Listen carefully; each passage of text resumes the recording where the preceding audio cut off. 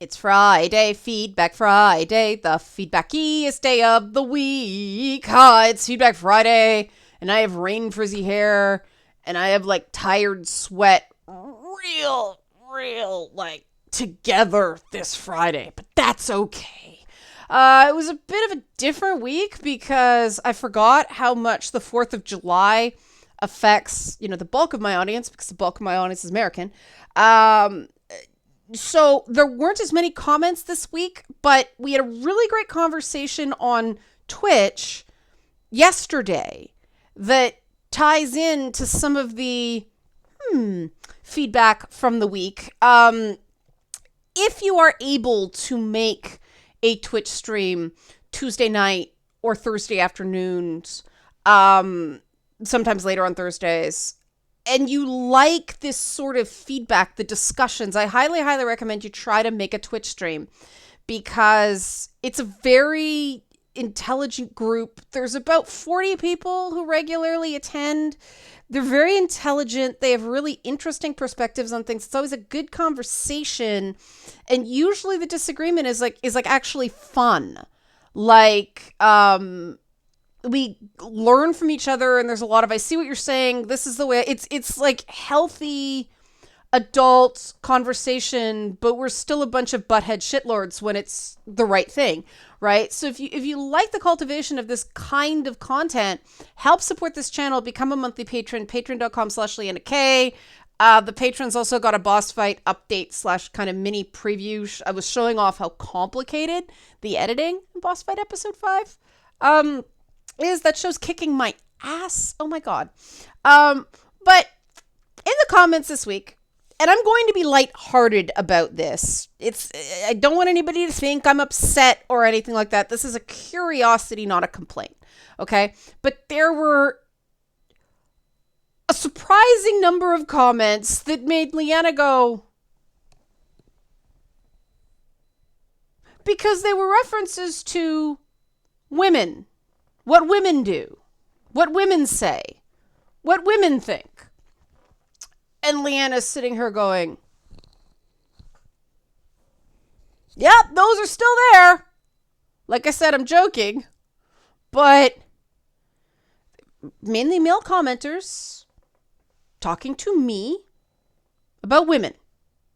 Now, this is the interesting thing about being gender nonconforming, and whenever people go, there are only 2 genders, I'm like, hold on, let's talk about my experience.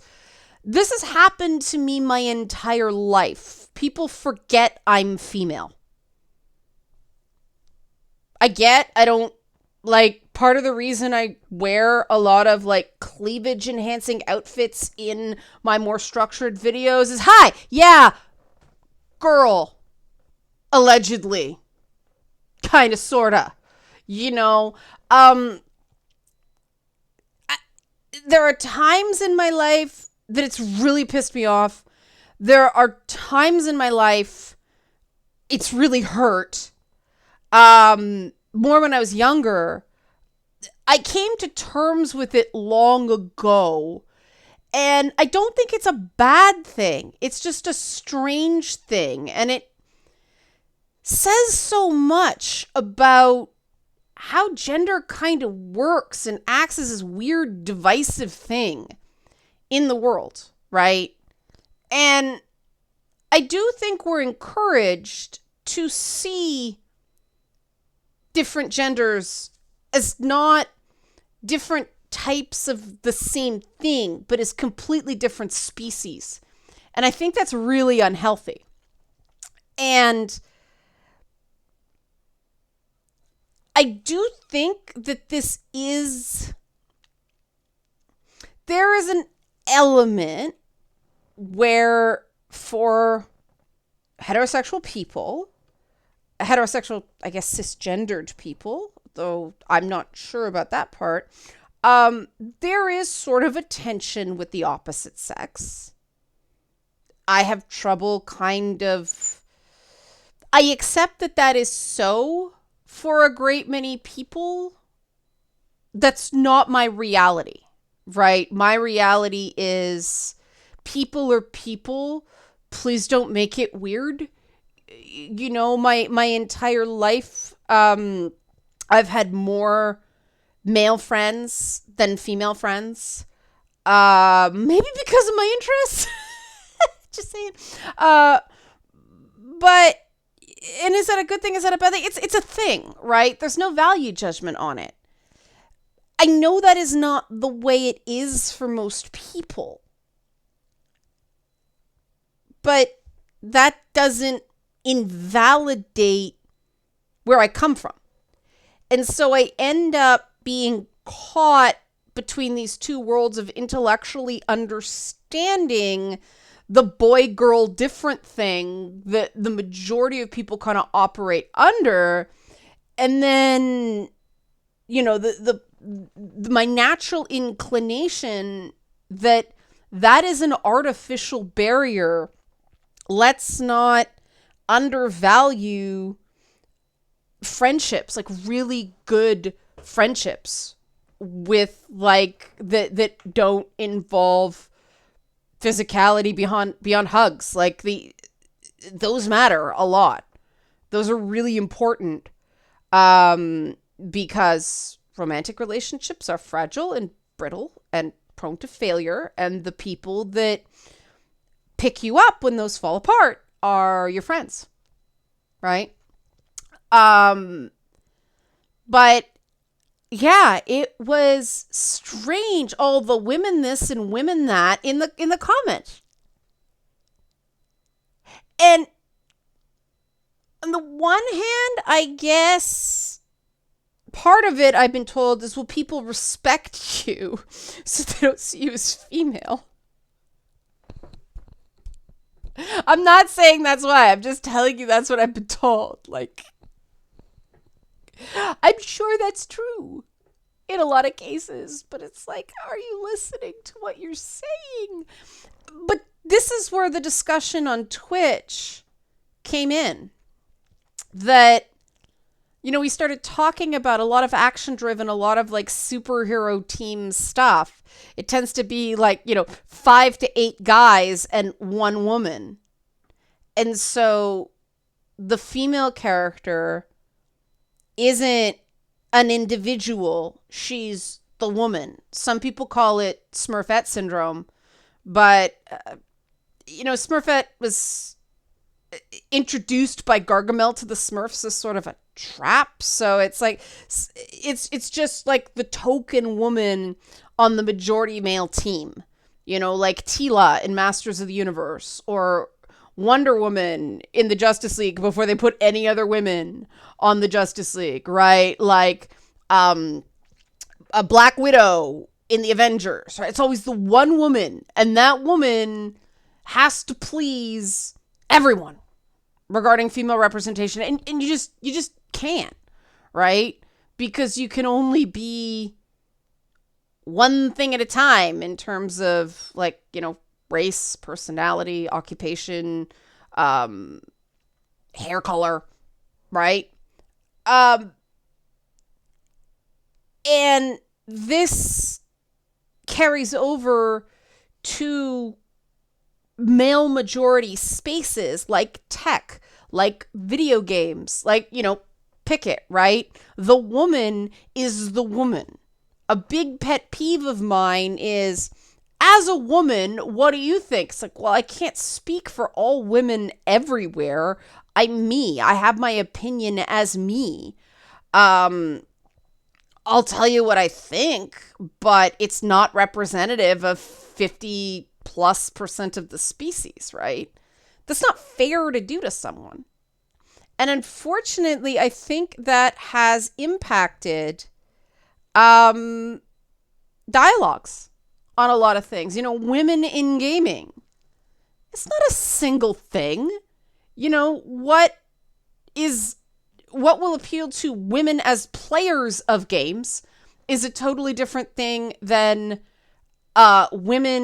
female representation in games, because female representation and appealing to women are not the same thing. If you want to appeal to a lot of women, stuff your game full of gay men, a lot of women play Dream Daddy, for instance. Plus, slash fiction communities are mighty and legion.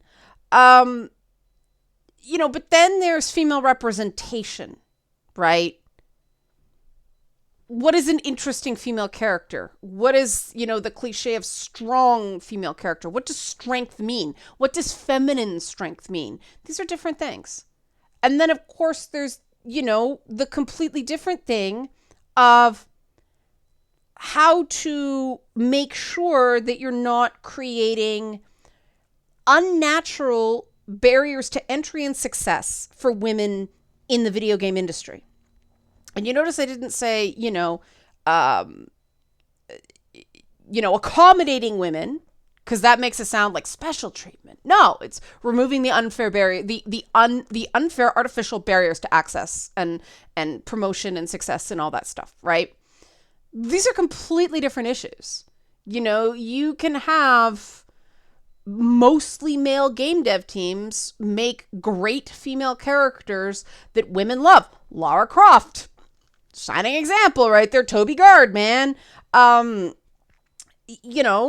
David Gator over at BioWare created some really good female characters. Now, yes, as the years went by, there were more and more female writers, but you'll notice in like BioWare credits, it wasn't women writers writing the female characters and male writers writing the men. Like, no, they just, whoever had the biggest connection to whatever character wrote that character. Totally different things. Unfortunately, everything is, the Tila effect. And that's gotten worse, I think, as things have gone on, instead of better. And I was talking about the phenomenon of what I call the awesome box in fiction. The awesome box is not the U-shaped box. The U-shaped box is a device. It's the character in a work of fiction that you see yourself in. The OmniTool U-shaped box for teen fiction is Bella Swan in Twilight. Bella Swan is such a cipher in terms of personality and likes and dislikes and all that stuff. Pretty much every awkward teenage girl or grown-ass woman who still feels like an awkward teenage girl can put herself in Bella's place and be, the object of desire for a sparkly vampire pedophile. Joke on the pedophile thing. She's a teenager. It's still fucking gross. He's 500 years old. But like anybody can put themselves. That's not the awesome box. Problem with the awesome box is that they work so hard to make the character so awesome that it actually repels women. Because no woman feels that awesome, nor does any woman in real life actually hear that they are that awesome. Especially from men, most of the time, because most guys are too intimidated to give a woman a compliment, right? So it's like Rey in Star Wars is an example of an awesome box character. And it's misconstrued as a Mary Sue, but it's a slightly different thing. They work so hard to make Rey amazing, they overdo it and put people off. Because she's not just a character. She's awesome, And they do that so often in action-driven, stuff for men that women can like too. At the end of the WandaVision series, Wanda becomes an awesome box character. Of all of a sudden, it's, you don't have to tell me who I am, Disney ending,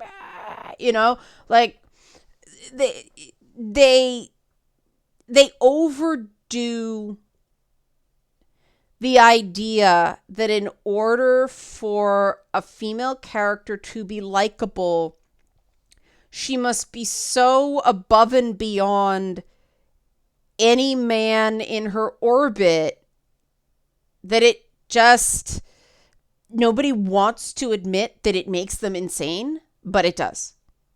And this is not an attempt to make a shitty character.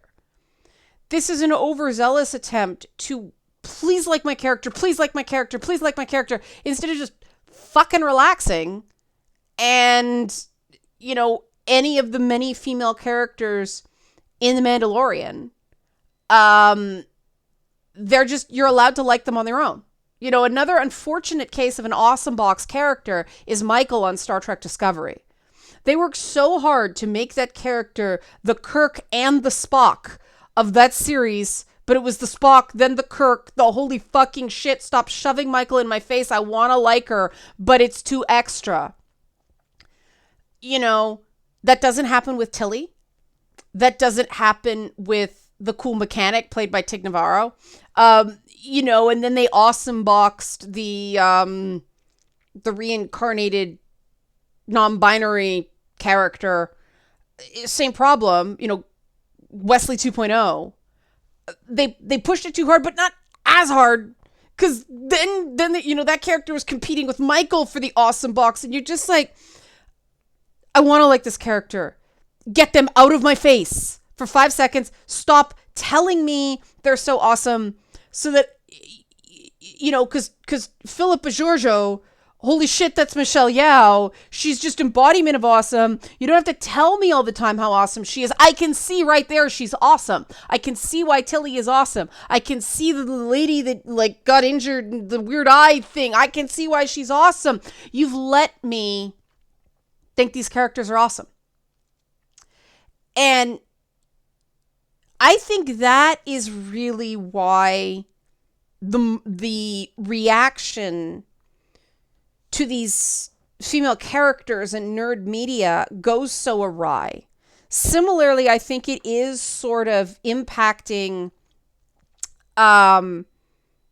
people's perceptions of women in general. Everything is so forced. Because I don't, you know, in the comments this week, I didn't hear, some people said, I had a very bad experience. I came out of an abusive relationship. That's not what I'm talking about. That's, I mean, totally understandable, right? It was people, I don't want to get accused. Not, I've been through it, don't want to do that again. It's interesting, too, because the guys I know that have gotten put through the ringer that way, unfairly, or like, okay, they made a mistake, but whoa, slow your roll. It was awkward, not predatory, you know. They don't want to avoid women. You know, they don't see women as the enemy. They still sort of have an optimism. It's people who have been frightened before they even try that really concern me, because they're people that, you know, they comment a lot on my channel. They're smart, insightful, cool people. And they're like cutting themselves off to, at the very least, friendships with people because of these fears. And that's not fair to anybody. And the fact that it's not based on direct experience, it's based on media representations of things, because the news media is still media, right? That's still a vicarious experience. Or it's, you know, I knew a guy who had this happen kind of thing. This is not saying they have no reason to be concerned. This is saying, I think we kind of have to humanize women in media better than we're doing. And the only way to do that is to sort of take the pressure off. Like, I use the example of the female characters in The Mandalorian. You know, nobody has a ton of screen time in that show except for Baby Yoda. So it's all sort of designed for a character to make an impact in 3 or 4 scenes. And then they go away for a bit and they come back. But because there's no like super duper pressurized, here's a character that you're going to be stuck with, people go, yeah, I like her. Yeah, I like him. Oh, good. That mechanic lady's back, It's a low pressure, letting people feel what they want to feel about a character. If you really don't like someone, you're allowed to not like someone. You have that space. I think people start getting very edgy, jittery when they feel like it's not just an expected response, but an expected opinion about something. They're being force-fed what to think, as opposed to going, I really don't like this character, and then being allowed to come around to a character, right? I mean, the example for me of a character I could not stand at first, but now I love, is Sarah Lance from originally Arrow, now Legends of Tomorrow. Ugh, love the actress. Katie Locke, I think that's her name. But that horrible snot-haired weird thing that originally happened first season of Legends of Tomorrow was not good. And they just built up the character and built up the character and built up the character into someone who is very interesting and well-rounded, and there are edges to stick to on her. And that's really cool. I had the opportunity, because it's an ensemble cast, to like the other characters. And I mean, she's sort of an anti-hero to begin with, so you don't have to buy in. There are elements of her you're given permission to not like. She's kind of an assassin. And so I was allowed to come to that character at my own pace. And, we were talking on Twitch, like, that's pretty much the only character now we're not sure that show could survive without.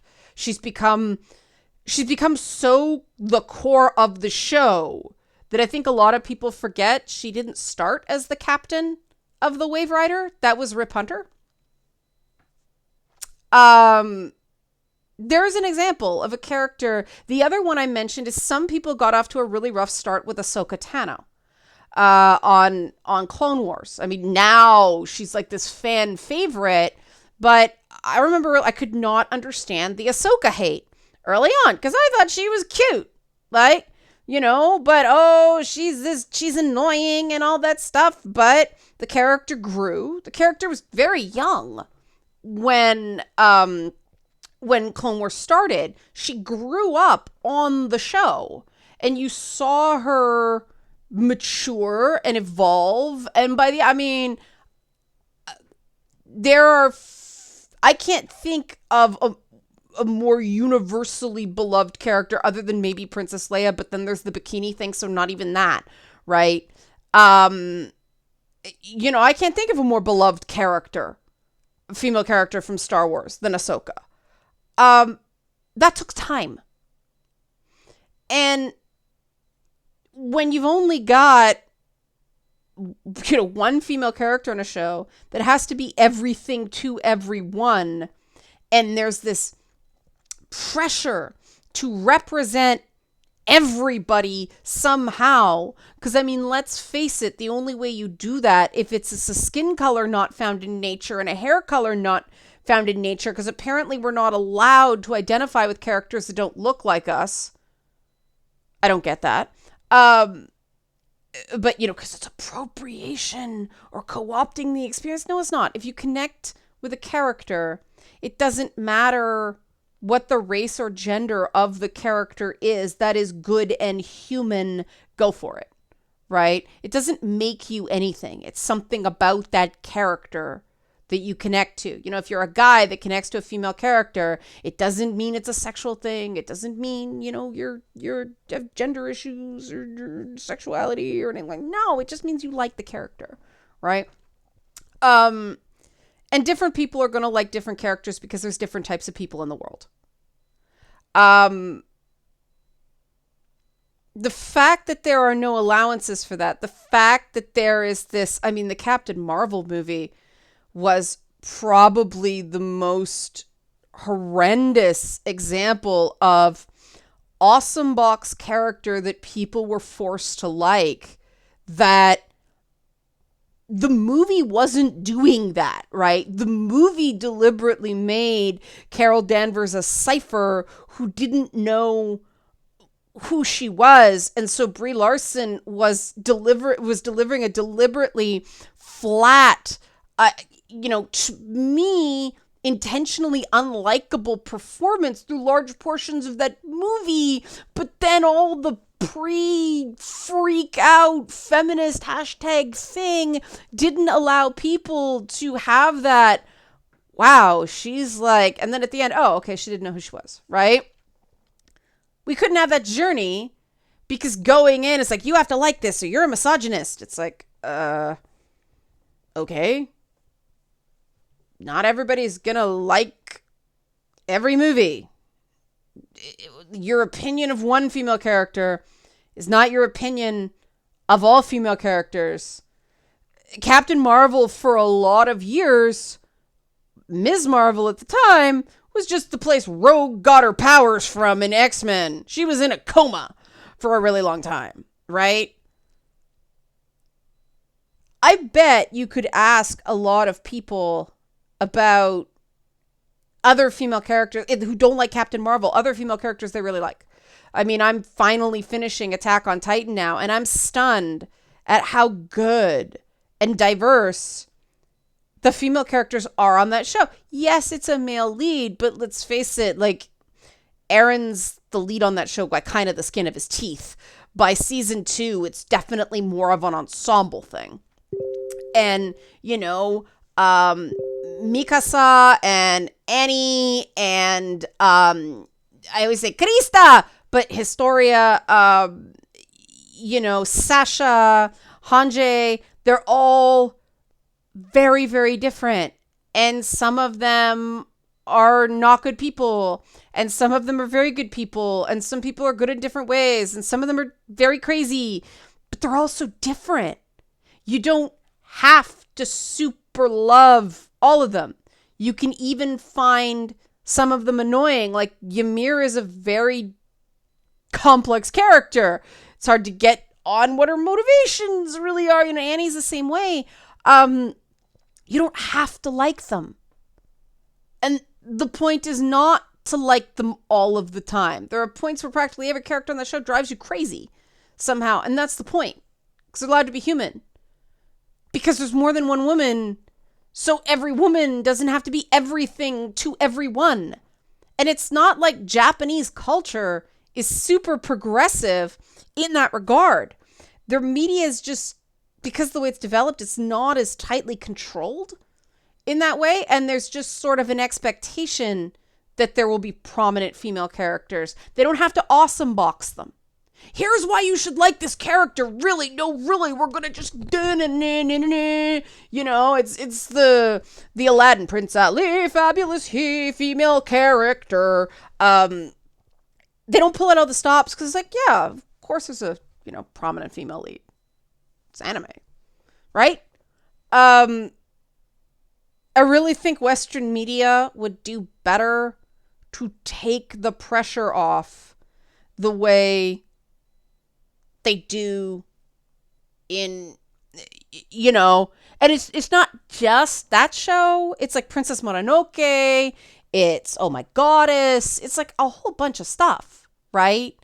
And again, the Japanese are hardly like the gold standard for gender equality in the real world. Far from it.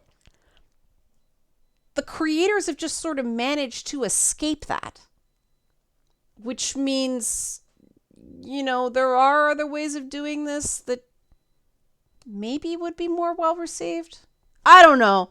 I'm interested in what you think about this. And even if you like the attempt to discuss this, Help support this channel. Become a monthly patron. Patreon.com/LeannaK. Thanks for watching.